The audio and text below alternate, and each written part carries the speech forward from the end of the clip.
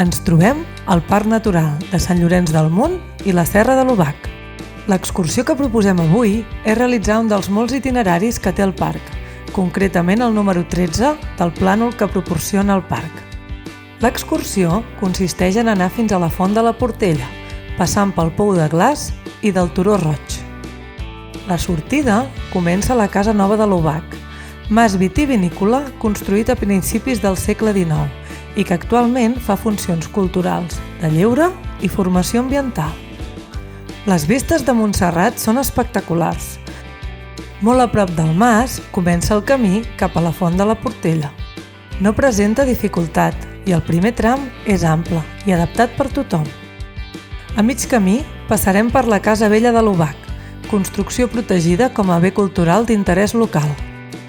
El mas guarda una gran història. Els inicis daten del segle XII, quan la família Obac, fugitius, es van construir una cabana i més endavant el mas medieval.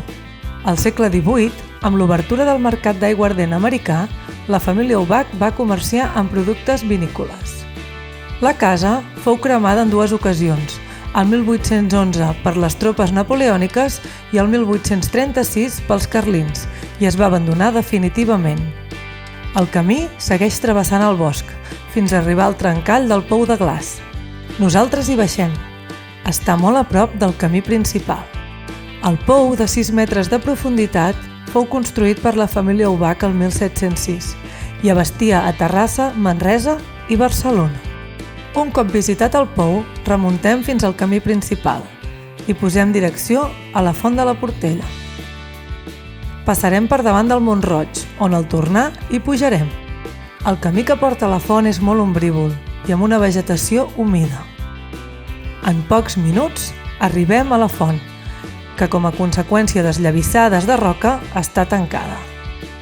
Un cop visitada la font, fem el camí de tornada fins al Mont-roig.